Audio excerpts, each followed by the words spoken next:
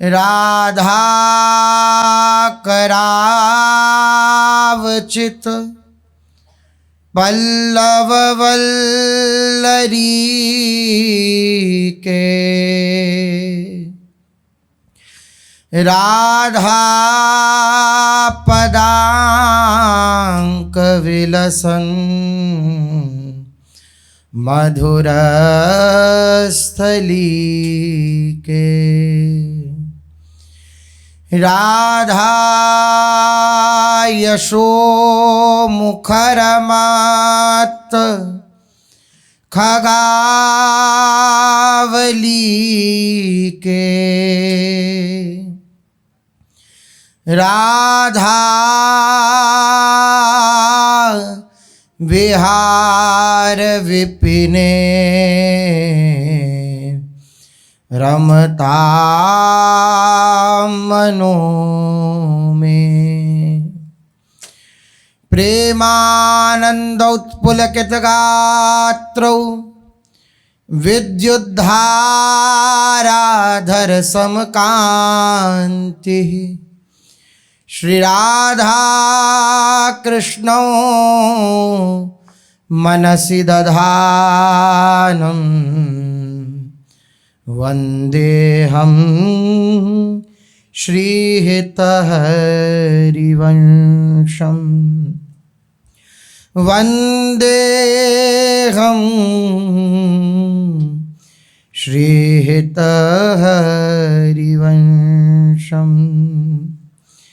राधा राधा राधा राधा राधा राधा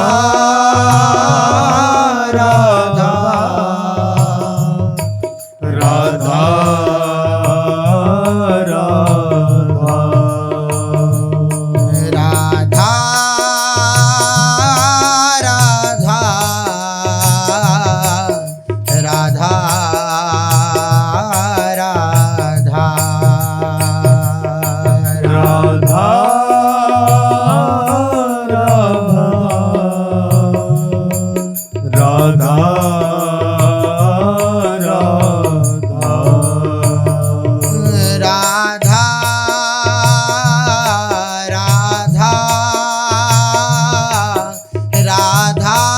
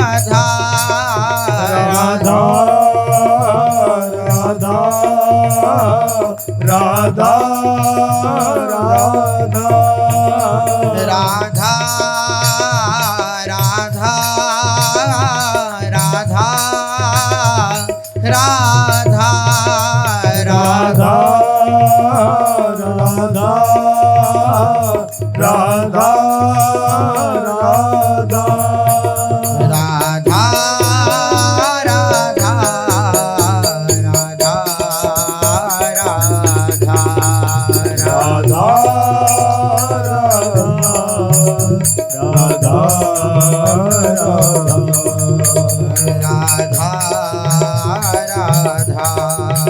राधा राधा। श्री राधा वल्लभ लाल की, महाप्रभु श्री तरिवंश चंद्रजू महाराज की, श्री सद्गुरुदेव भगवान की। रसघन मोहन मूर्ति ठाकुर श्री राधा वल्लभ लाल जू,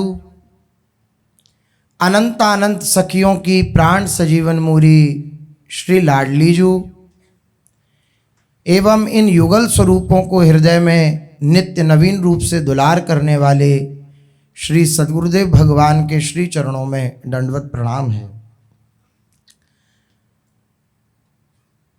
बड़ी ही ध्यान देने योग्य बात है कि हमारा जो ये मन है ये सदा गतिशील रहता है, गति से ही इसका जीवन है। एक जगह नहीं टिकेगा, प्रतिक्षण इसमें गति बनी रहती है, चलता रहता है। किसी एक व्यक्ति पर हम इसे टिकाना चाहे तो वो बताएगा कि इसमें अब सुख नहीं है, अर्थात जो वस्तु इसे प्राप्त हो गई, जो व्यक्ति इसे प्राप्त हो गया, जो स्थान इसे प्राप्त हो गया, वो इसके लिए निरर्थक हो गया।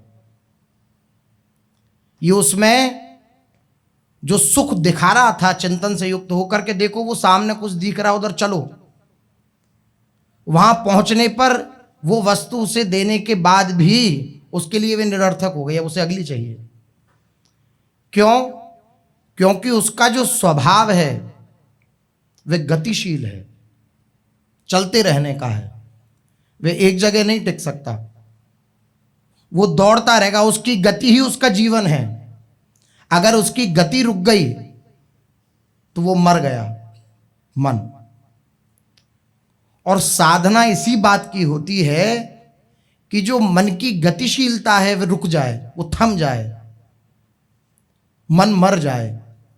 उसकी गति जो दिन प्रतिदिन विषय भोगों के प्रति, कभी किसी के प्रति, कभी किसी के प्रति जो सुख बुद्धि करके डोल रही है, उसकी वह गति रुके और प्रभु के चरणार बिंदों में मन की गति स्थित हो जाए, चलायमान ना रहे, तब जाकर के मन मरता है।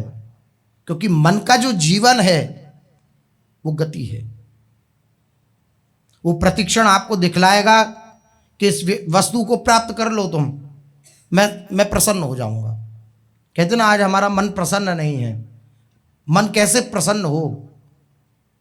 तो वो दिखाएगा कि मैं ऐसे प्रसन्न होऊंगा। उसे वो वस्तु ला के दे दो जिस वस्तु के लिए वे कह रहा है, वह उसके लिए निरर्थक हो जाएगी। वह अगले क्षण अगली बात कहेगा कि मुझे अब ये वस्तु चाहिए, ये व्यक्ति चाहिए, या अमुक स्थान पर मुझे जाना है। इन्हीं तीन में, व्यक्ति वस्तु स्थान में, इनसे संबंधित ही चीजों में वह घूमता रहता है, गतिशील रहता है। जहां इसकी गति रुकी वहीं मर जाएगा। तो कोई उपासक, कोई साधक जब इसकी गति रोकना चाहता है कि इसकी जो चलायमान गति है ये प्रतिष्ठित हो जाए प्रभु के भजन में, तो वह तड़पाता है, वह क्लेशित करता है। कौन मरने के लिए राजी होगा? वह मरना नहीं चाहता, इसलिए वह जलन युक्त करता है उपासक। नहीं इसमें सुख है, तुम यहां क्यों ठहरे हो, चलो चलो, देखो अमुक जगह सुख है, तुम बढ़ो आगे, बढ़ो आगे, ऐसा वो कहेगा। और जो उसकी उस बात को ना सुनकर केवल गुरु प्रदत्त उपासना में लगा रहेगा तो जीत जाएगा। अगर उस जलन से युक्त होकर उस मन की बात को सुन करके उसके अनुसार कृत्य कर दिया तो फिर वो तो जीवित का जीवित ही है। वो जैसे अब तक हमारा नाश करता आया है ऐसे आगे भी करता रहेगा। तो मुख्य बात क्या है? इसकी गति को रोकना। एक महापुरुष के विषय में सुना पूर्व में, ब्रह्मज्ञानी महापुरुष थे। वह अपनी साधन अवस्था की स्थिति बतला रहे थे कि हमारे गुरुदेव ने कहा कि मन की गति जहां रुक गई, मन जहां स्थिर हुआ, वहां आपको भगवत साक्षात्कार हो जाएगा, क्योंकि ये मन ही बंधन का कारण है और ये मन ही मोक्ष का कारण है। मन की गति रोकनी पड़ेगी। तो उन महापुरुष ने क्या किया, एक सफेद दीवार थी पुती हुई, उधर की तरफ मुख करके बैठ गए। अब चूंकि मन गति से जीवित है, अगर उसको गति नहीं मिलेगी तो वो मरने लगेगा, वो पहले तड़पेगा। जैसे मरने से पहले आदमी फड़फड़ाता है, तड़पता है, इसी प्रकार से मन तड़पता है, फड़फड़ाता है। अब आप एक सफेद दीवार की तरफ मुख करके बैठ जाओ, आंख खोल के, और उसको वही दिखाओ, तो क्या कहेगा? अरे थोड़ी इधर गर्दन करो, इधर देखो क्या है, इधर देखो क्या है। वो अंदर से बार बार कहेगा, अरे उठ के चलो बाहर देखो क्या है, क्या हो रहा है। अब वो तड़प रहा है क्योंकि उसको गति चाहिए। अब उसकी गति बाधित हो रही है। उस दीवार को देखने के कारण उसकी गति बाधित हो रही है, लेकिन वो दृढ़ थे उपासक, तो उन्होंने बिल्कुल उसकी नहीं सुनी और देखते ही रहे बस उसी दीवार को। अब वो मन तड़प तड़प कर मर गया, और जहां वो मरा तो उनको अपने स्वरूप का अनुभव होने लगा। उनका अनुभव कि फिर मुझे इस मन की कोई भी संकल्प विकल्प में कोई भी परिस्थिति सामने आना बंद हो गई, ऐसा अनुभव मुझे हुआ। कहने का तात्पर्य, मन गति से जीवित है, मन की गति रोक दी गई, मन मर गया, वह उपासक अमना हो गया, और जहां वह अमना हुआ उसको अपने स्वरूप का साक्षात्कार हो जाएगा। क्योंकि ये मन के संकल्प विकल्प ही बाधा उत्पन्न कर रहे थे। वह जहां शांत हुए तो प्रशांत आत्मा, वह शांत स्वरूप हो जाता है। इसलिए मन की गति को रोकना है, और गति को रोकना कठिन है, उसे नित्य नवीन वस्तु चाहिए।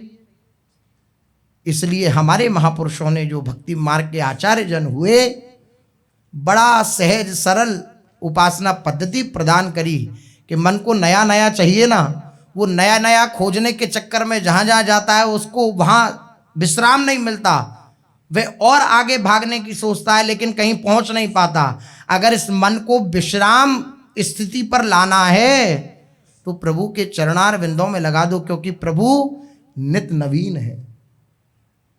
मन को नित्य नया चाहिए ना, तो भगवान नित्य नए हैं। दिने दिने नवम नवम नमामि नंद नंदनम, वे दिन दिन नवीन नवीन हैं। तो इसलिए एक बार जब श्री ठाकुर जी के चंगुल में ये मन फंस जाता है, फिर कहीं नहीं दौड़ता, फिर तो यही कहता है, नाहिन रयो ही मह ठौर। अब मन कहता है अब मेरे पास ठौर नहीं कहीं और जाने के लिए। जो मन कहीं टिकता नहीं था वह टिक गया प्रभु के श्री चरणों में, क्योंकि उसने जान लिया कि जो मेरी भूख है, नित्य नवीन भूख, वो प्रभु के चरणों से ही शांत होगी। इसलिए मन में जहां जगत बसा है वहां भगवान को बसाना है। जहां जगत है वहां भगवान को बसाना है, क्योंकि अगर जगत बसा रहेगा तो जगत नाशवान है, नीरस है, उसमें रस नहीं है, और मन को नित्य नया रस चाहिए, और वो रस प्रभु के श्री चरणों में ही है। इसलिए जितना हम अपने मन के अंदर से जगत को हटाते चलेंगे और प्रभु को अपने मन में बसाते चलेंगे, उतनी शीघ्र मन को आनंद का अनुभव होगा। मन में जहां जगत बसा है वहां भगवान को बसाना है। मन जहां जगत में लगा है वहां उसे भगवान में लगाना, यही साधना है। उसकी गति रोक करके वह बार बार कहे कि नहीं यहां सुख नहीं मिल रहा, तो उसे समझाए कि अब तक तूने जो कहा वह हमने किया। जहां जहां तूने कहा कि अमुक अमुक जगह चलो तो वहां हम गए, जैसा तूने कहा वैसा हम कर रहे हैं, करते रहे, लेकिन एक बार तू मेरा कहा मान ले। ध्रुवदास जी ने कहा है मन शिक्षा लीला में कि अब तक मन ने जो जो कहा वह तुमने किया, मन से एक बार कहो कि अब तुम मेरा एक बार कहा मान ले। क्या कि युगल चरणार विंदों में अपने संकल्प विकल्प को लगा ले। संकल्प उठे तो युगल सरकार के निमित्त, विकल्प उठे तो युगल सरकार के निमित्त, बस यही बात तुम्हारे हृदय में बनी रहे, ऐसा मन को समझाओ, तभी वह धीरे धीरे बहला फुसला करके प्रभु के श्री चरणों में लगेगा। और जब उसको रस मिलने लगा उधर से, तो फिर मन शिथिल हो जाता है, फिर मन नहीं रहता, मन मर जाता है, केवल श्री कृष्ण रह जाते हैं। जगत में जीना क्यों है? भगवान को पाने के लिए। जगत में काम क्यों करना है? भगवान को पाने के लिए। ऐसा लक्ष्य बने, मन को हम ऐसा कहें, मन कहे जगत में जीना है, आनंद लेना है, सुखोपभोग करना है, भोग विलास की वस्तुओं को इकट्ठा करके उनसे आनंद लेना है, तो मन से कहें कि हमें जगत में जीना क्यों है? भगवान के लिए, हम इसके लिए नहीं आए हैं। जगत में काम क्यों करना है? भगवान को पाने के लिए। वही कार्य हमें करना है जिससे भगवान की प्राप्ति हो, भगवान की प्रसन्नता के लिए हमें सारे कार्य करने हैं।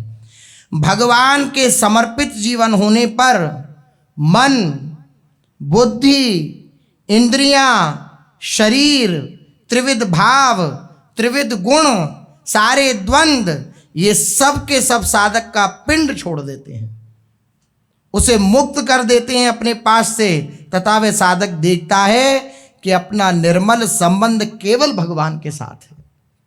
जहां मन से विलगाव हुआ, जहां मन से संबंध विच्छिन्न हुआ, जहां बुद्धि से अपना संबंध घटा, खत्म हुआ, वहां उपासक को अनुभव आ जाता है कि मेरा दृढ़ संबंध तो प्रभु के साथ है। जितने जितने भगवान हमारे जीवन में भरेंगे, जितने जितने भगवान हमारे मन में भरेंगे, उतना ही उतना जगत हमारे जीवन से हटता जाएगा, उतना ही उतना जगत हमारे मन से हटता जाएगा। तो प्रयास क्या करना है? भगवान को हृदय में भरने का। महापुरुषों की कितनी सूक्ष्म शैली होती है। महापुरुष जन कह रहे हैं कि जगत को पहले हटाना नहीं है, भगवान को भरना है, जगत अपने आप हट जाएगा। जितने जितने भगवान हृदय में भरेंगे, उतना उतना जगत हटता चला जाएगा।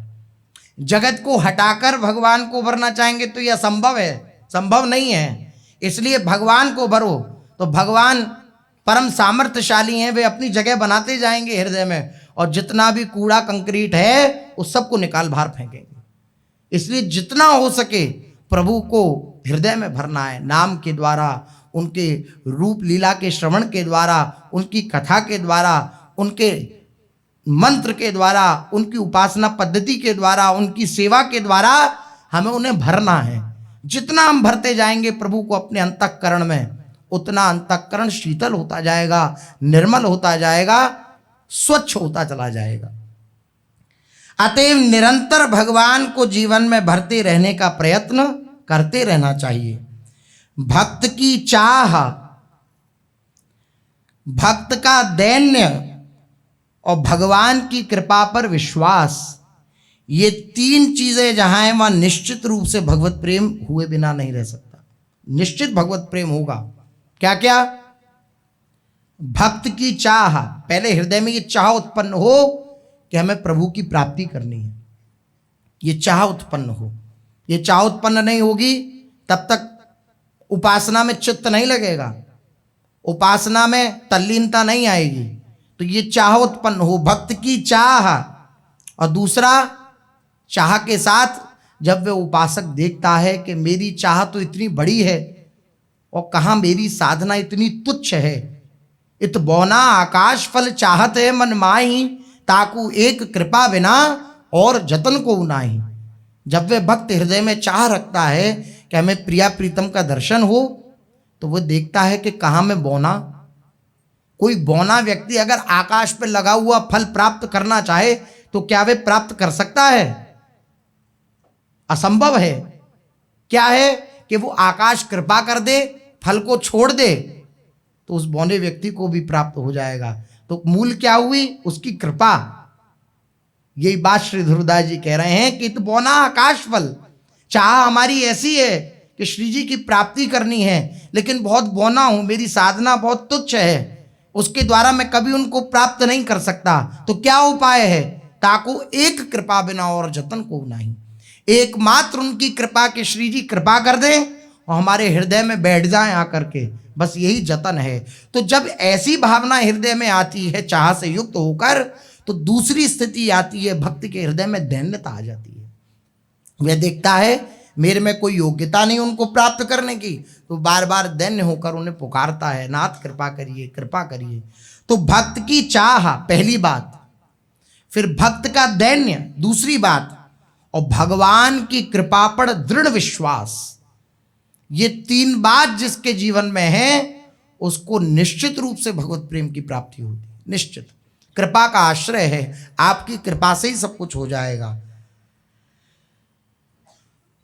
मन का जगत के भोगों में न रहकर भगवान में रमे रहना, यही असली साधना है। मन भोगों में ना रहे, भगवान में रमा रहे, यही साधना है। मैं और मेरे को लेकर ही जगत का बंधन है। ये मैं है, ये मैं हूं, मेरे द्वारा जो भी मेरे को सुख चाहिए वह मुझे मिले, या ये मेरे हैं। इस मैं और मेरे को लेकर ही जगत का बंधन है। अतएव इन दोनों को भगवान से जोड़ दे। क्या? मैं भगवान का दास हूं। दासोहम कौशलेंद्रस्य, श्री हनुमान जी कहते हैं। रावण की सभा में जब हनुमान जी जाते हैं तो कपि रूप जब देखता है रावण, वाल्मीकि रामायण का प्रसंग है, तो वो कहता है कि तू कौन है, तूने इतना उत्पात मचा रखा है, कौन है तू? तो हनुमान जी कहते हैं कि तू अभी जान नहीं पाएगा रावण महा में।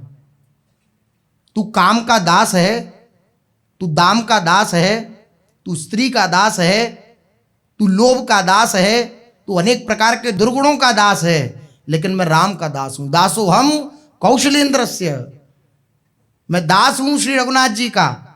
तू इस दासत्व को नहीं समझ पाएगा। तो मैं ये स्थित हो जाए, कोई पूछे कि तुम कौन हो, तो हृदय से एकदम उफान उत्साहित होकर के निकले यही बात कि मैं प्रभु का हूं, मैं प्रभु का दास हूं, मैं प्रियालाल की दासी हूं। यही हृदय से निकलना चाहिए। क्या हुआ? ये मैं और मेरा ही ये बंधन है। इस मैं और मेरे को जब प्रभु में समर्पित कर दिया तो बंधन मुक्त हो गए। मैं कौन? प्रभु का दास, और भगवान के चरण कमल ही मेरे हैं। आपका कौन है? मेरे केवल प्रभु हैं। आप कौन है? मैं प्रभु का दास हूं। ये बात हृदय में बैठ जाए।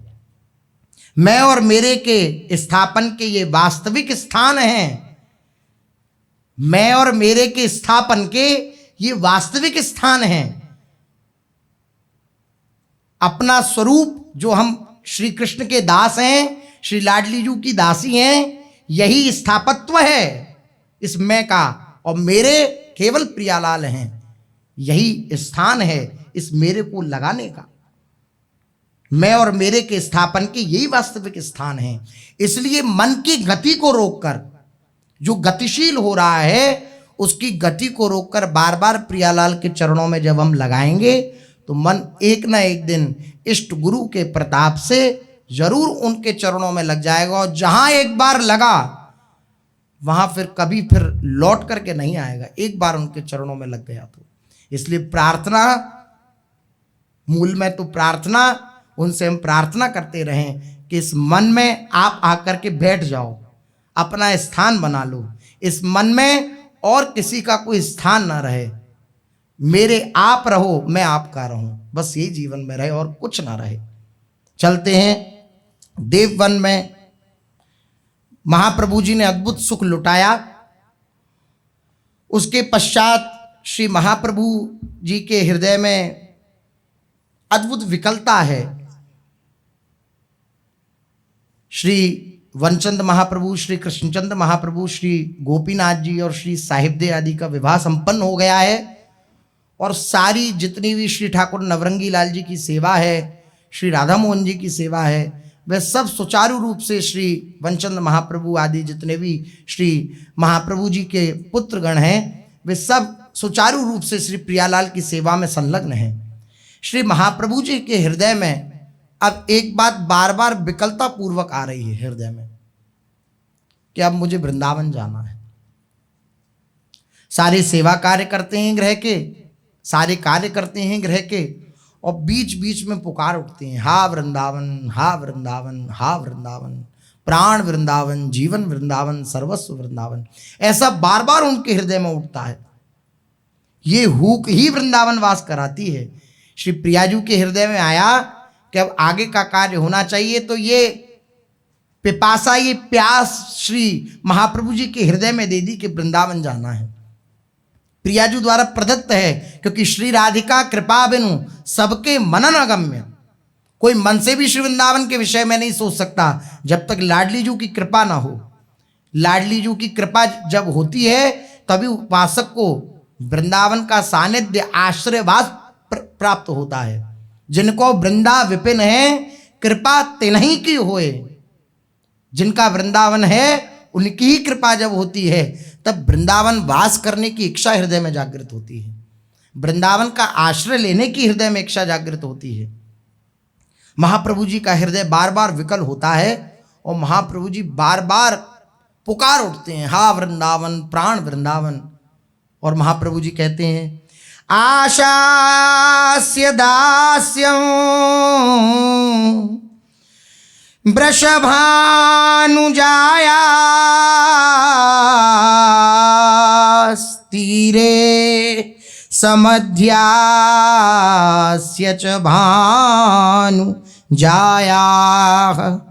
कदानु वृंदावन कुंजवीची श्वहं नुराधे यतिथिर्भवेयम्। राधा केलिकलासु साक्षिणि कदा वृंदावने पावने वत्स्यामि स्फुटमुज्ज्वलाद्भुतरसे प्रेमैकमत्ताकृति। बार बार पुकार उठते हैं महाप्रभु जी, हा वृंदावनेश्वरी, हा वृंदावनेश्वरी। ऐसा कब होगा जब आपके दास से भाव की आशा लगा करके मैं वृंदावन की कुंज वीथियों में अभ्यागत बनूंगा। अर्थात आप मुझे कब वृंदावन बुलाएंगी? कभी ऐसा सौभाग्य मेरे जीवन में होगा कि आप मुझे वृंदावन बुलाएंगी? हाँ किशोरी, मैं कब प्रेम में उन्मत्त होकर के आपके केली विहार के साक्षी और प्रकट रूप से अद्भुत श्रृंगार रस से परिपूर्ण पावन वृंदावन में निवास करूंगा। कभी ऐसा जीवन में होगा क्या लाडली जो? बार बार पुकार उठते हैं श्री महाप्रभु जी। इसलिए श्री हिज्जू महाराज स्वयं श्री लाडली जू से विनय कर रहे हैं कि हे श्यामा जू, आप मेरे ऊपर कृपा कटाक्ष करिए जिससे मुझे श्री वृंदावन का वास मिले, क्योंकि आपका वृंदावन है। आप जब तक कृपा नहीं करेंगी तब तक वृंदावन में तभी तो रहन पाइए सोई, जिनको वृंदा विपिन है कृपाते नहीं की होई। वृंदावन में जब ही कोई रह सकता है जब तक आपकी कृपा ना हो। वही रह सकता है जिस पर आपकी कृपा हो जाती है। मेरे ऊपर आप कृपा कटाक्ष कीजिए जिससे मुझे वृंदावन का वास मिले। ऐसा कहते कहते वे कभी कभी विरह से ऐसे बेसुध हो जाते हैं कि जिसे देख कर के उनकी जो अर्धांगिनी थी श्री रुक्मणी जी, वे बेचैन हो उठती। जब महाप्रभु जी की ऐसी स्थिति देखती तो बेचैनी हो उठती उनको ऐसी देख कर के। हा वृंदावन पुकारते हैं, अश्रु प्रवाह होता रहता है, लाडली जी को पुकारते रहते हैं, तो एकदम विकल हो जाती हैं श्री रुक्मणी जी। मनी मन ये विचार करती कि हमारे प्रीतम को ये क्या हो गया। पुनि श्री राध्याज्ञादयी वृंदावन ही चलो रसमयी। अब तुम अपनो रूप संहारो, मेरो विभव जग में विस्तारो। श्री वृंदावन करो प्रकाशा, करो जीव के मोह तम नाशा। प्रेम लक्षणा भक्ति उचारो, विधि निषेध मत खंड कर डारो। श्री हरिवंश चंद्रजू महाराज की श्री वृंदावन वास की भारी विकलता देख करके एक दिन श्री महाप्रभु जी के स्वप्न में श्री जी प्रकट हुई और प्रकट होकर के श्री जी ने श्री हिज्जू को आज्ञा दी और आज्ञा देते हुए कहा कि आपका यहाँ का देववन का सारा कार्य पूर्ण हो चुका है। देववन में जितनी भी लीला, जितने जनों का कल्याण और जो भी सुख आपको बरसाना था वह दिव्य रस आपने बरसा दिया। अब यहाँ का कार्य संपन्न हो चुका है। अब जिस हेतु से आपका प्राकट्य हुआ है उस कार्य के निमित्त आपको श्रीधाम वृंदावन प्रस्थान करना चाहिए। श्रीधाम वृंदावन प्रस्थान करिए। वहां मेरे धाम पंचकोशी वृंदावन और उसके लीला स्थलों का, मेरे कुंज विलासों का, मेरे नित्य विहार का, मेरी अष्टयाम सेवा का जगत में प्रकाश करिए, पूर्ण रूपेण प्राकट्य करिए। चूंकि अत्यंत गोपनीय एकांतिक वृंदावन नित्य विहार रस को प्रकट करने के लिए ही आप इस धराधाम पर प्रकट हुए हैं, इसलिए मेरे वृंदावन वैभव का जगत में अब विस्तार करिए। श्री महाप्रभु जी से श्री लाडली जी ने आदेश दिया।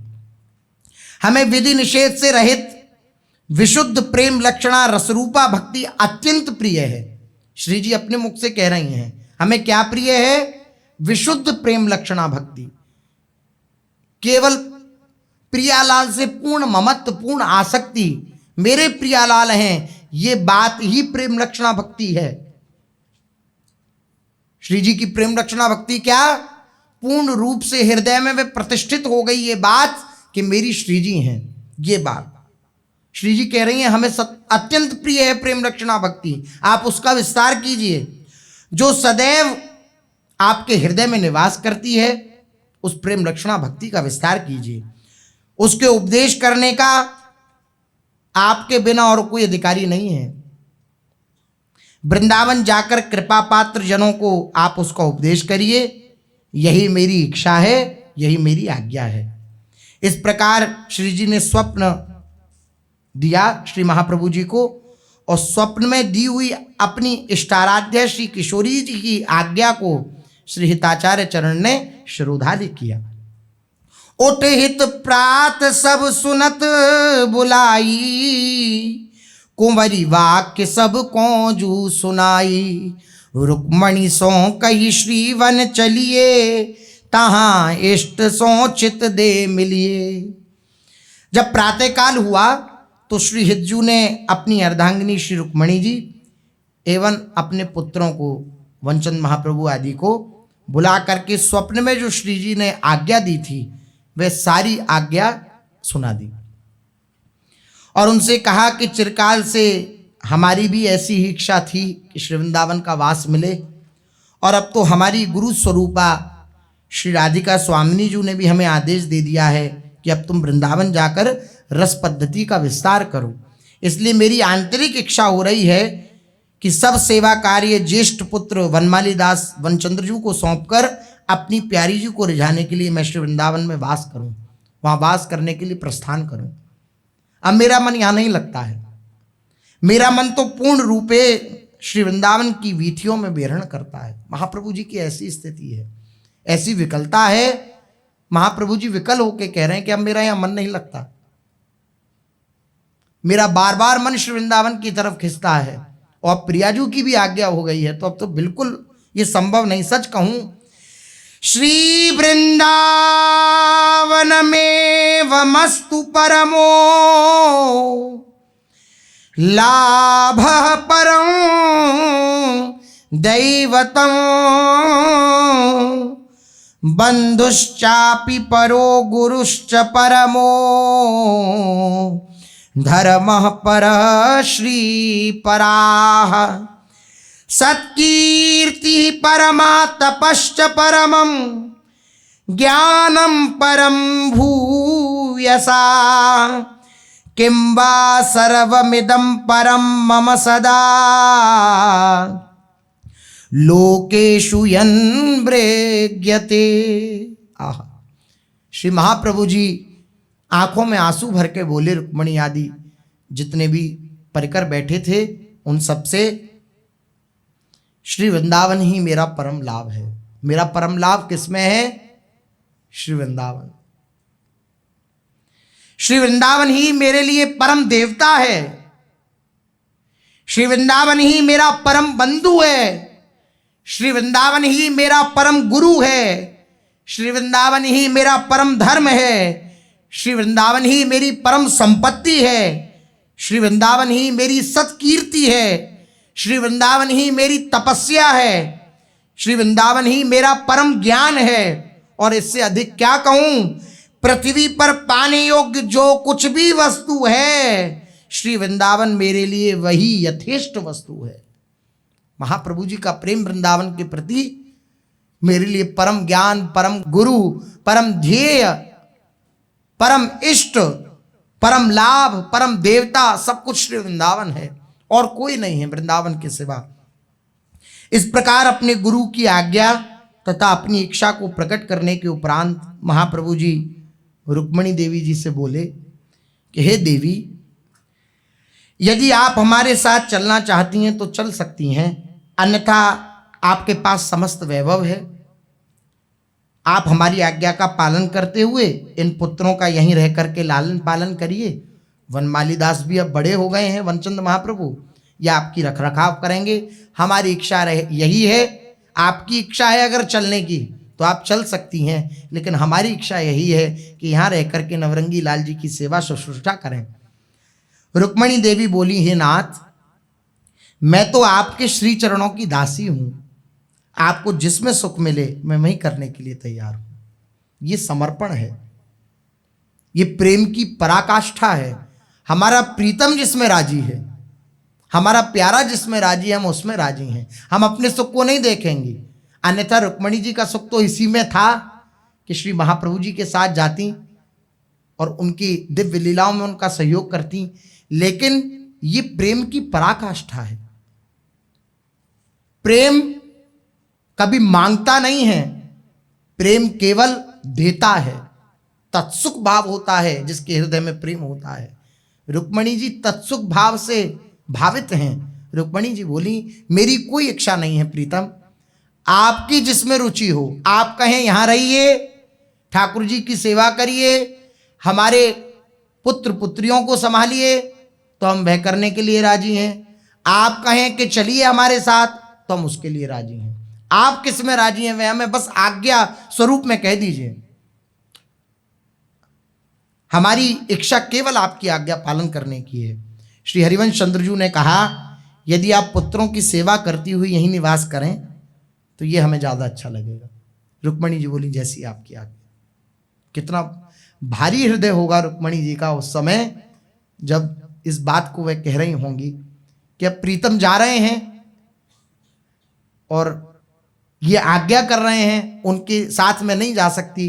अब कैसी स्थिति होगी श्री रुक्मणी जी की। लेकिन फिर भी प्रेम धर्म का निर्वहन करने के लिए, क्योंकि साक्षात श्री वंशीजू की जो मोहिनी शक्ति हैं उसी का अवतार हैं श्री रुक्मणी जी, इसलिए उस प्रेम धर्म का निर्वहन करने के लिए श्री रुक्मणी जी ने उस आज्ञा को शिरोधार्य किया।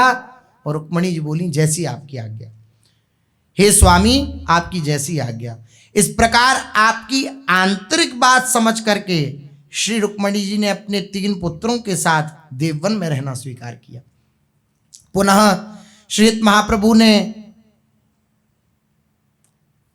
श्री रुक्मणी जी की तरफ देखा तो महाप्रभु जी से वे अंतिम प्रार्थना करते हुए बोली, हे नाथ, मैं आपकी कृपा से जानती हूं कि आप प्रियालाल की अंतरंगा सखी हैं, इसलिए आप अपनी कृपा दृष्टि सदैव हम पर बनाए रखिएगा और प्रतिपल हमें संभाले रखिएगा कि आपका कोई है, भूल नहीं जाइएगा, ताकि मैं आपके अंश से प्रकट इन बच्चों का मार्गदर्शन कर सकूं तथा जिस मार्ग पर आपने इन्हें चलाया है उसी मार्ग पर मैं इन्हें अग्रसर कर सकूं एवं ठाकुर श्री राधा नवरंगी लाल जी की सेवा चिंतन में इन्हें निमग्न रख सकूं और मैं सदैव आपके श्री चरणों के चिंतन में डूबी रहूं। बस ये मांग है आपसे। रुक्मणी जी का ऐसा जब भाव देखा श्री हिज्जू ने तो महाप्रभु बड़े प्रसन्न हुए और प्रसन्न होकर श्री रुक्मणी जी को आश्वासन देते हुए बोले कि हे प्रिय, तुम निश्चिंत रहो, यदि तुम इन पुत्रों का राग पूर्वक भी पालन पोषण देखभाल करोगी तो उससे तुम्हारा अनुराग प्रियालाल के श्री चरणों में प्रतिष्ठित होगा, बढ़ेगा। राग पूर्वक भी कि ये मेरे पुत्र हैं, इस भाव से भी अगर तुम इनकी सेवा करोगी तो तुम्हारा प्रेम प्रियालाल के चरणों में बढ़ेगा। महाप्रभु जी ने आश्वासन दिया। चूंकि यह सब अपने नित्य स्वरूप को प्राप्त हो चुके हैं और हमेशा प्रियालाल जी के चिंतन में निमग्न रहते हैं, अगर तुम शरीर संबंध से युक्त होकर भी इनका चिंतन करोगी कि ये मेरे पुत्र हैं, तो ये अपने स्वरूप में स्थित हो चुके हैं। तुम इनका चिंतन करोगी तो तुम्हें प्रियालाल के चरणों में प्रीति होगी। देववन माही शोक अति भयऊ, व्यास सुवन जब ग्रह तज गयऊ। राम गवन जीवी अवध निवासी, पुर नर नारेनु छई उदासी। तजी ग्रह काम पुरुष नर नारी, आए आए परे चरण मझारी। विविध विनय श्री हित ही सुनावे, अब हम काहि देख सुख पावें। ये बालक अब ही अति वारे, इन पर नाथ भार क्यों डारे। कछु दिन अरुपुर करो निवासा, फेरी करो वृंदावन वासा। श्री हिताचार्य चरण ने श्री रुक्मणी जी को आश्वासन दिया। उसके पश्चात जब वृंदावन गमन की जानकारी जब समस्त देववन में फैल गई, तो सारे देववनवासी हजारों की संख्या में सारे देववन वासियों की भीड़ एकत्रित श्री महाप्रभु जी के महल के समीप हो गई। सबके मुख पर उदासी छाई हुई है, क्योंकि बचपन से श्री महाप्रभु जी ने अद्भुत सुख बरसाया है देववन में, सबको सुख प्रदान किया है, दिव्य दिव्य लीलाओं का दर्शन कराया है। तो उसका बार बार चिंतन करके सभी लोग विकल हो रहे हैं। जब उनके हृदय में ये बात आई, सबके लिए प्राणों से प्यारे हैं श्री महाप्रभु जी, जब ये बात आई कि महाप्रभु जी जा रहे हैं, तो सब विकल हो रहे हैं। सबके मुख पर उदासी छाई हुई है। उन सब की दशा ऐसी हो रही है मानो उनका प्राण उनसे अलग होना चाह रहा हो। सभी विकल प्राय मूर्छित जैसे हो रहे हैं, सभी के नेत्रों से अश्रुपात हो रहा है, वे सब खड़े रहने में असमर्थ हो रहे हैं। सबकी ऐसी विकल दशा हो रही है जिसका वर्णन नहीं किया जा सकता। उनमें से कुछ प्रवीण जन महाप्रभु के पास आकर बड़े विकल होकर के कहने लगे कि हे श्री हरिवंश चंद्रजू, आप हम देववन वासियों के प्राण हैं। हम आपके सदुपदेश सुनकर, आपको सकुशल देखकर ही आनंद मग्न रहते हैं। आप ही जब हमारे नेत्रों से ओझल हो जाएंगे तो हम कैसे जिएंगे? बिना प्राणों के कोई कैसे जी सकता है? आप हम सब के प्राण हैं, हम कैसे जिएंगे? यदि आप हमें इस तरह से त्याग कर चले जाएंगे तो फिर हमारा जीने का स्रोत ही बंद हो जाएगा। हे हित प्रभु, यदि आप ऐसी हमारी परिस्थिति को देखने के बावजूद भी अपने संकल्प पर दृढ़ रहकर जाना ही चाहते हैं, तो आप हम पर एक कृपा कर दीजिए कि हम सबको भी आज्ञा कर दीजिए कि हम भी इसी क्षण सब घर परिवार छोड़ कर गृह त्याग करके आपके साथ वृंदावन चलें। कैसा प्रेम है देववन वासियों का श्री महाप्रभु जी के प्रति। या तो आप यहीं रहिए, हम आपके बिना नहीं रह सकते, या फिर हमें आज्ञा करिए, अगर आपका दृढ़ संकल्प ही है कि आपको जाना है, कि हम भी आपके साथ चलें वृंदावन। इस समय सभी नगरवासियों की ऐसी दशा हो रही है जैसे श्री रघुनाथ जी के वनवास गमन के समय सभी अयोध्या वासियों की हो रही थी। वे सब विविध प्रकार से श्री हिताचार्य चरण को विनय कर रहे हैं, और कोई कहता है हम आपके सिवा और किसको देखकर सुख प्राप्त करेंगे? आपको ही देखकर तो सुखी होते थे। तो कोई अन्य कहता है हे प्रभु, आप हम नगरवासियों के प्राण समान हैं, प्राण बिना ये शरीर कैसे रहेगा? कई जन तो हिज्जू के पिता तुल्य हैं, वृद्ध जन हैं, आकर के आपको उपदेश करते हैं हरिवंश, अपने घर का सारा भार आप अपने छोटे छोटे बालकों पर छोड़कर जा रहे हैं। हे नाथ, अभी तो ये बालक इस योग्य नहीं है कि घर की सारी जिम्मेदारी ले सकें। हे प्राणनाथ, आप कुछ समय और देववन में यहीं निवास करिए, इन्हें बड़े होने दीजिए, उसके बाद आप भले ही श्री वृंदावन का वास ग्रहण कर लीजिएगा। इस प्रकार देववनवासी विविध भावों से श्रीहित महाप्रभु को रोकना चाहते हैं। इनका श्री हिज्जू के प्रति जो प्रेम है वह अगाध है, जिसका वर्णन नहीं किया जा सकता, इतना प्रेम करते हैं। लेकिन महाप्रभु जी के हृदय की विकलता वृंदावन के प्रति ये शांत नहीं हो रही। सब इतना प्रेम कर रहे हैं, सब अपने प्राणों के समान श्री महाप्रभु जी को बतला रहे हैं, लेकिन महाप्रभु जी के प्राण श्री वृंदावन की तरफ खींचते चले जा रहे हैं, क्योंकि इष्ट ने खींचा है श्री वृंदावन के प्रति।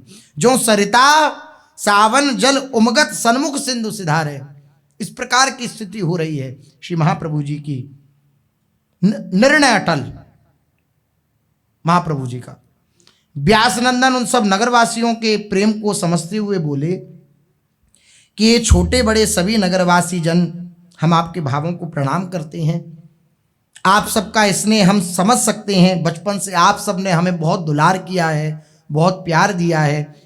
हम कभी ऋण नहीं हो सकते उस ऋण से। आपके लिए ऐसा कहना उचित ही है कि हम यहीं रहें, लेकिन आप सब मेरी एक विनय सुनिए। हमारी गुरु स्वरूपा श्री लाडली जी की यह आज्ञा हुई है कि मैं श्री वृंदावन के लिए प्रस्थान करूं। मेरा भी पूर्ण निश्चय है कि अब अविलंब श्री वृंदावन के लिए निकलूं। इसलिए आप बतलाइए, क्या गुरु आज्ञा का पालन मुझे नहीं करना चाहिए? क्या श्री जी की आज्ञा का पालन मुझे नहीं करना चाहिए? तो सब मौन हो गए। मौन स्वीकार लक्षणम, मौन हो जाना स्वीकार का लक्षण है। श्री जी की आज्ञा हुई है तो अब कोई कैसे कुछ बोल सकता है? सब शांत हो गए। इसलिए हम आप सबसे प्रार्थना करते हैं, महाप्रभु जी बोले, हमें श्री जी की आज्ञा पालन करने में आप सब सहयोग प्रदान करें। आप ऐसे विकल होंगे तो हमारा मन बार बार आपकी तरफ खिंचेगा। हम श्री जी की आज्ञा का पालन कर सकें, ऐसा हमें सहयोग प्रदान कीजिए। और उपदेश करते हुए कहने लगे, सुनहित वचन प्रबोध बहु कीना, माया कर्म लखाय जुदीना, फिरे नगरवासी मनहीना, इत हित गमन वृंदावन कीना। श्री हिताचार्य ने कहा कि हम आप सबके स्नेह का आदर करते हैं, पर हमारी भावनाओं को भी समझिए और अभी हमें वृंदावन जाने दीजिए। हम इस समय ना तो रुक सकते हैं और ना ही किसी को अपने साथ ले जा सकते हैं।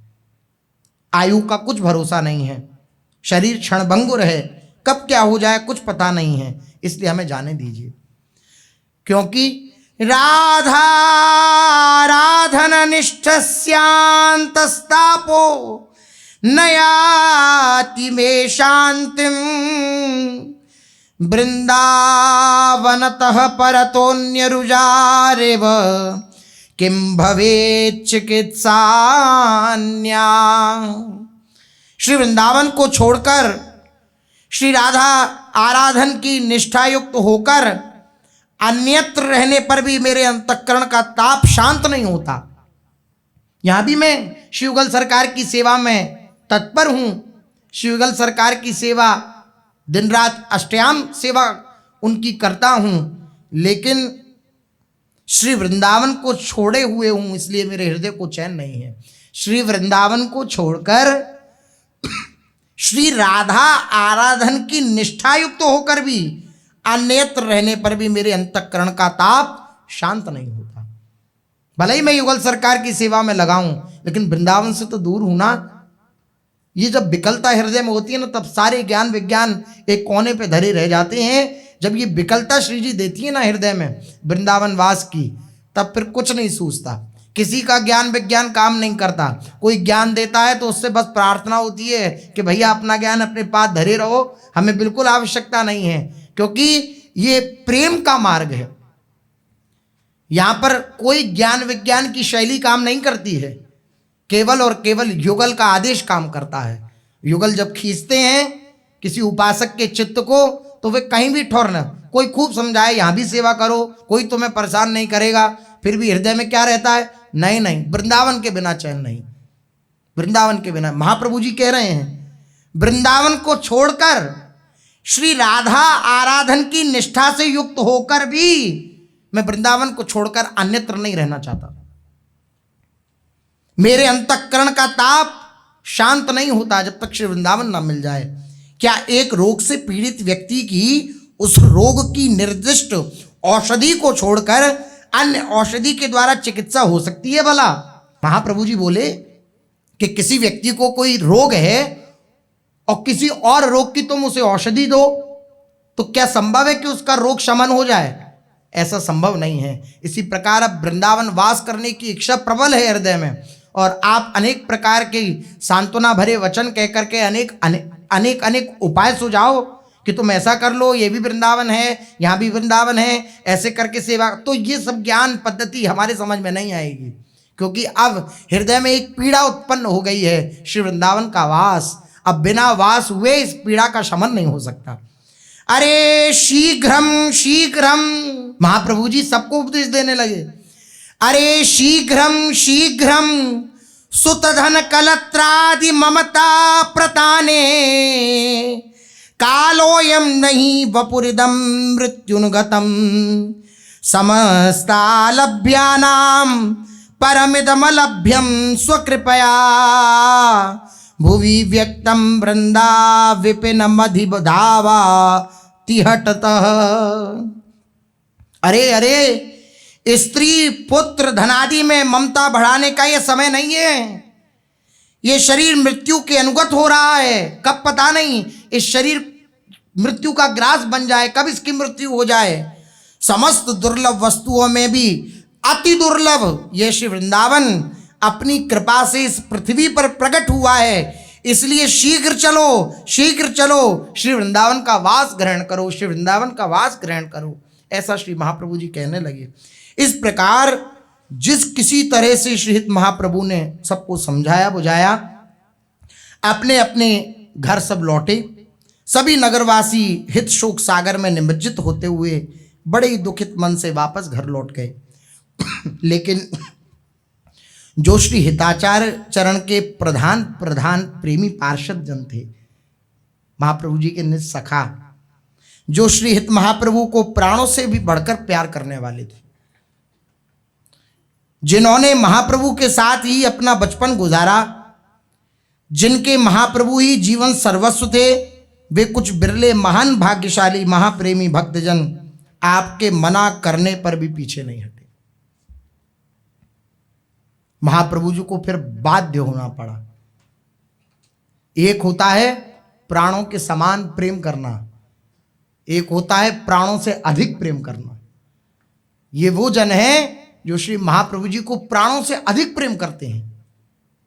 आप अभी कहो हम अपने प्राणों को छोड़ सकते हैं, लेकिन आपको नहीं छोड़ सकते। प्राणों से अधिक प्रेम। जब महाप्रभु जी ने अपना आदेश सुना दिया कि हमारी इच्छा है कि कोई भी नहीं जाए हमारे साथ, हम अपनी प्रियाजू की आज्ञा के लिए अकेला जाना चाहते हैं, तो विकल हो गए। श्री महाप्रभु जी के चरणों में गिर पड़े और रोते हुए बोले कि आप छोड़ देंगे तो हमें ठौर कहाँ है, आप ही चले जाएंगे तो फिर और कौन है हमारा। रोते हुए उन्होंने कहा कि हम आपके दर्शन के बिना जीवित नहीं रह सकते। आपका जब तक दर्शन ना मिले, आपसे जब तक हम संभाषण ना कर दें, आपके द्वारा प्रदत्त जब तक चरणामृत महाप्रसाद हम ग्रहण ना कर लें, तब तक हमारे हृदय को चैन कहाँ। आपके बिना हम नहीं रह सकते। आप कितना भी मना करें तब भी हम नहीं हटेंगे। कल्पना ही नहीं कर सकते हम आपके बिना रहने की। हमारे जीवन का परम लाभ आपके दर्शन हैं। हम आपका दर्शन करते हैं, अपने जीवन को लाभान्वित समझते हैं, भाग्यशाली अपने आप को समझते हैं। हमें आपका दर्शन होता है। हमें मतलब नहीं है किसी भी ज्ञान विज्ञान आदि से, हमें मतलब नहीं है श्री युगल सरकार से भी, हमें आपसे मतलब है। आपने हमें युगल प्रेम दिया ना, आपने हमें युगल सरकार की पद्धति में शामिल किया ना, उनकी सेवा करनी आपने ही तो सिखाई, और आप ही हमें छोड़ के चल दें। हम आपको नहीं छोड़ सकते। हमें कोई मतलब नहीं है किसी से भी। हमारे जीवन का लाभ केवल आपके दर्शन है। अगर आप हमें साथ नहीं ले चलेंगे तो एक बात सुन लीजिए, हम यहीं आपके सामने देह का त्याग कर देंगे। महाप्रभु जी ने जब ऐसी विकलता देखी, ऐसी प्रीति देखी, तो हितजू भी सबको अपने हृदय से लगा करके बार बार आंखों से अश्रु प्रवाह करते हुए कहने लगे, नहीं नहीं, तुम हमारे साथ चलोगे, तुम हमारे साथ चलोगे, चिंता मत करो। और महाप्रभु जी ने कहा, चलो हमारे साथ। गांगू, गोविंदा, रंगा, मेधा, सेवा, नंदा आदि जितने भी महाप्रभु जी के निज पार्षदगण थे, सबको साथ लेकर के श्री वृंदावन का चिंतन करते हुए आयु के 32वें वर्ष में श्री हरिवंश चंद्रजू ने देववन से वृंदावन के लिए प्रस्थान किया। गांगू, गोविंदा, रंगा, मेधा आदि ये सब हितजू के बाल सखा हैं, आपकी सदैव परिचर्या करते हैं। और जब श्री आचार्य महाप्रभु देववन से श्री वृंदावन आए तब ये भी साथ आए, क्योंकि ये सभी छायावत आपके साथ रहते हैं और मनोनुकूल सेवा कर आपको प्रसन्न रखते हैं। अंतिम समय तक श्री महाप्रभु जी की सेवा करी इन्होंने। इतने समर्पण वृत्ति के ये सब पार्षद गण थे श्री महाप्रभु जी के। वृंदावन को गवन जू कियो, छोड़े सुंदर सुत सुकुमार,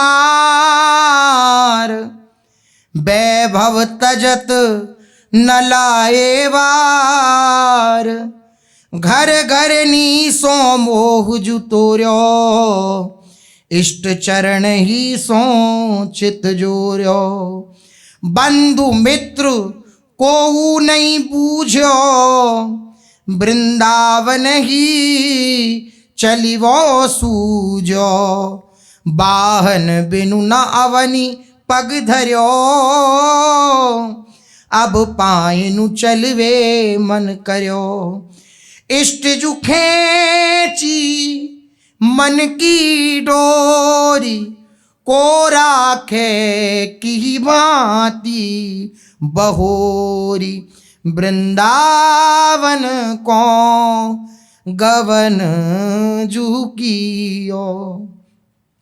श्री हिताचार्य सुयोग्य पुत्रों को समस्त धन वैभव एवं पत्नी तथा सभी संबंधी आदि का मुंह छोड़ करके केवल इष्ट चरणों में चित्त जोड़कर वृंदावन के लिए जा रहे हैं। प्रसन्न हैं, प्रसन्न हैं। कैसी चित्त की स्थिति होती है जिस दिन मन में ऐसा आता है कि आज वृंदावन जाएंगे, फिर कभी संसार में नहीं लौटेंगे। कैसा हृदय आनंदित होता है। वो किसी का मोह उसको बाधित नहीं कर पाता, किसी के आंसू उसे नहीं रोक पाते। कोई कितनी भी बड़ी बड़ी बातें करता रहे उसको सब झूठा लगता है, सब तिरस्कृत लगता है, सब नाटक लगता है।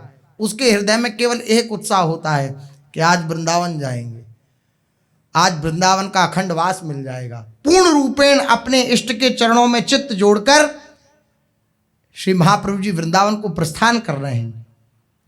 जिन्होंने कभी बिना रथ आदि वाहन के भूमि पर पैर भी नहीं रखा था, आज वे अब पैदल श्री वृंदावन की ओर बढ़ पड़े नंगे पैर, क्योंकि इष्ट ने इनके मन का आकर्षण कर लिया है। अब वे कैसे रुक सकते हैं। श्री जी जिसे बुलाना चाहें फिर कोई किसी की बस की बात नहीं है, किसी की ताकत नहीं है कि कोई रोक ले। श्री जी किसे बुलाती हैं? जिसके हृदय में विकलता होती है धामवास की, एकांत में बैठा है, बार बार श्री जी के सामने आंसू बहाते हुए कह रहा है क्या कभी मेरा भी सौभाग्य होगा कि आपके श्री धाम का वास मुझे प्राप्त होगा? क्या ये कभी इस अभागे को भी ये बात जचेगी कि आपके वृंदावन में मुझे एक छोटी सी जगह मिल जाए और मैं वहां पर पड़ा रहूं, आपका चिंतन करता रहूं? ये बात किसी सौभाग्यशाली हृदय में प्रकट होती है, और जिसके हृदय में ये बात प्रकट हो जाती है उसको श्री जी अपने निज धाम का वास दे देती हैं। महाप्रभु जी के चित्त को श्री जी ने आकर्षित कर लिया। इष्ट जो खींची मन की डोरी, को राखे की भांति बहोरी। मार्ग में श्री हित महाप्रभु अपने कुछ निजजनों के साथ श्री प्रिया प्रीतम की नित्य केली भूमि श्रीधाम वृंदावन का चिंतन करते हुए चले जा रहे हैं। नेत्रों से प्रेमाश्रुओं की धारा बह रही है एवं उनके हृदय में विविध भाव तरंगें उठ रही हैं और वे विविध मनोरथ हृदय में करते जा रहे हैं। वृंदावन जा रहे हैं तो बार बार मनोरथ उठ रहे हैं। वृंदावन जाएंगे तो यहाँ के दर्शन करेंगे, ऐसा करेंगे, पूरा महाप्रभु जी के हृदय में नव नव भावजू उपजे मन में, चली देखो दंपति को वन में। दंपति श्री युगलवर को जाकर के वृंदावन में दर्शन करूंगा। मोतन कुंवरी कृपा करी देखें, तब गनी हो अपुभाग लेखें। कब देखो वे कुंजे कमनी, खेलत जहाँ रवन अरु रवनी। कब देखो वे तरुबर सैनी, जुगल किशोर दृगन सुख दैनी। कब देखो वे कदमन पाती, शीतल होई नैन रुछाती। सारा परिकर है श्री महाप्रभु जी के साथ निज परिकर। बार बार आंखों से आंसू बह रहे हैं, नंगे पैर हैं श्री महाप्रभु जी, और बार बार चिंतन हो रहा है श्री वृंदावन का। कब जाऊंगा, कब वहाँ की लता पताओं को देखूंगा, कब युगलवर के दर्शन करूंगा, कब युगलवर मुझे अपने पास निकट बुला करके आनंद प्रदान करेंगे। ऐसा बार बार विलसन, ऐसा सुख का विलसन उनके हृदय में उठ रहा है। श्री महाप्रभु जी वृंदावन के लिए प्रस्थान कर चुके हैं देववन से। शेष चर्चा आगे। श्री राधा वल्लभ लाल की जय।